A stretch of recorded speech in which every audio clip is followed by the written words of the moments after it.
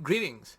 I found a video where Mark Cuban discusses his opinions on gold and to a lesser extent Bitcoin, but he's very correct about the problems with gold as an investment thesis, and he doesn't go into enough detail about why that's the case. And some of the language he uses is perhaps excessive and crude rather than professional in a finance sense, but the basic crux of his points are correct because gold is a terrible thing to be investing in.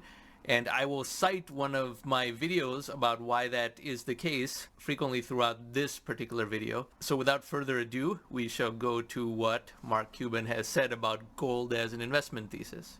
Where do you think are some of the safest bets for your money right now? Safe? You got to look at your own financial situation. I guess the reason I use the word safe is for my next question on gold, up 2.5% for the first quarter. I know in the past you've seen it as a speculative bet. How do you see it today? I hate gold. Gold is a religion. There's some fundamental value to gold, but everything else, it's a collectible. I see gold and Bitcoin as being the same thing. This is absolutely correct because the problem with gold is that it is an inert commodity. It does not have any knowledge-based component and therefore is not dematerialized. In fact, it is fully materialized, which is why as a commodity, it is structurally against technological progress. If the price of gold rises above a certain level, the technology to increase gold supply will move even faster than that and keep gold underperforming relative to knowledge-based investment vehicles such as the stock market and in particular technology stocks, despite whatever corrections technology stocks might have.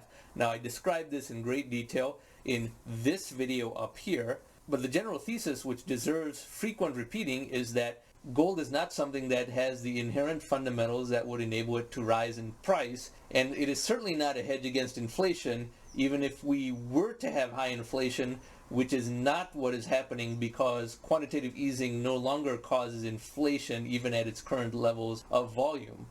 We continue with Mark Cuban. Well, hate is a strong word. Okay. So the miners too, all of gold, the whole gold spectrum. Individually, as people, I've heard they're great people. But as an investment, okay, you're right. Hate is not strong enough. Hate with extreme prejudice as an investment. Oh, gosh. Okay, so Bitcoin and gold on the same level for you. They're both collectibles. Okay. The value is based off of supply and demand. And the bad news about gold is they'll keep on mining more. Well, Goldman Sachs says that we only have 20 years left of mineable gold. Okay, that is absurd. For one thing, Goldman Sachs is way too smart to say something like that. So if Goldman Sachs said there's only 20 more years of mineable gold, that is because Goldman Sachs is trying to do a pump and dump scheme on the suckers. They're trying to make gold go up so that they can sell to people who think it's going to be in scarcity, and those small investors are left holding the bag. Goldman Sachs, I guarantee, does not truly believe that because that is exactly the same belief as peak oil, and we know how that turned out. Well, then in 20 years, we could have another conversation. So you don't see gold as money then? No, I do not see it as an alternative to currency. No, not at all. Let's turn to Facebook now, segue. But let me say it one more time. Hate with extreme prejudice is not enough. Hate with double extreme prejudice with an ounce of hot sauce. Where does this hate for gold come from? Like, did it do something to you in a past No, just because I life? knew it was so important to you, I know you. Do you feel the same about silver? Or is there any metal you like? Yeah. Palladium, platinum? No, I think, I don't know those others as well, but those are pretty much based off their intrinsic value as much as I can tell. So you're in the camp of gold is just a pet rock? Pretty much. Pretty much, all right. But I'd buy a pet rock first. That is actually a good way to put it. Gold is a collectible item.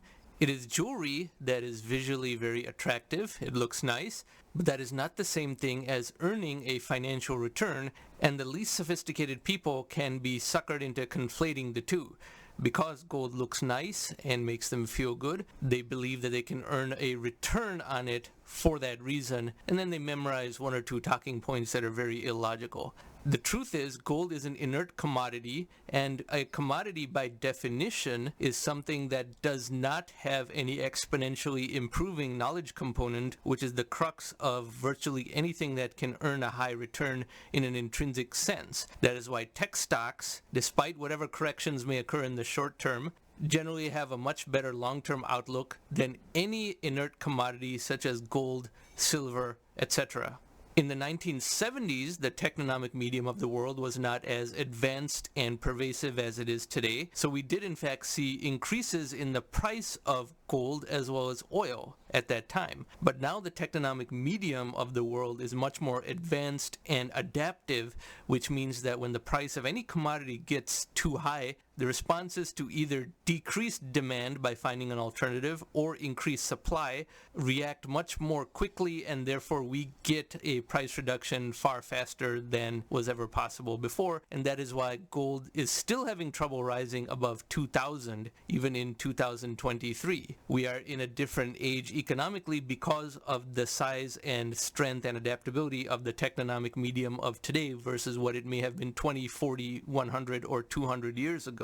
And the same is true for Bitcoin as well. People who are pro-Bitcoin usually put forth the point that there's a fixed number of Bitcoins that have been created, 21 million. But that point is meaningless because there are thousands upon thousands of other cryptocurrencies that represent an increase in supply. Now, regarding gold, there's a number of archetypes of gold bugs, and I've done videos debunking several of these. The first and most prominent is Peter Schiff, who talks about gold every single day, but he is selling to the lowest common denominator audience, very unsophisticated people, because he earns management fees on assets that he manages through his mutual funds. Therefore, he does not need gold to go up in order to make money.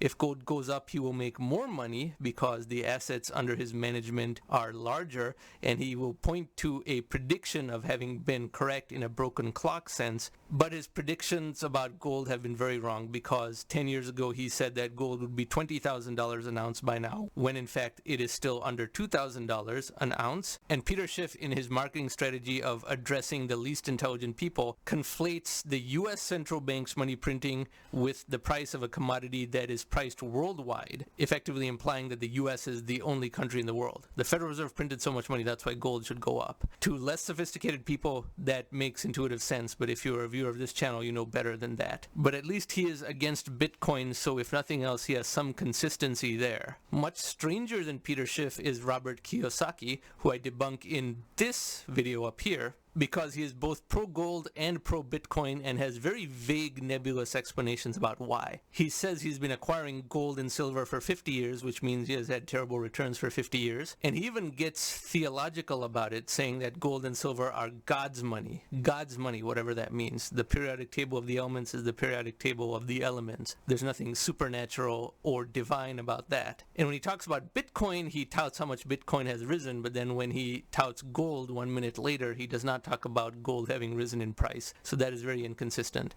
And then some slightly lesser known gold bugs. Over here you have Danielle DiMartino Booth, who was a Federal Reserve official but still has that same economist misguided thinking that is 70 years out of date.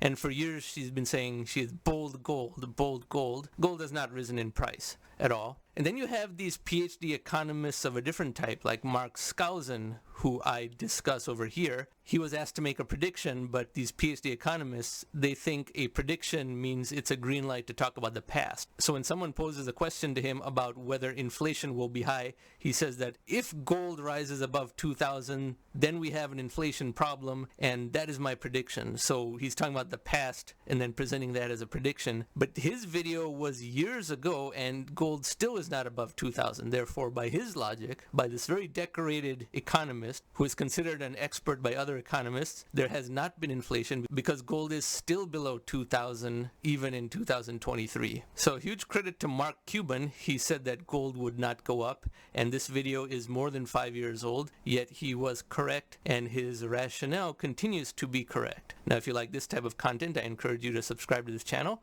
Thank you very much for watching.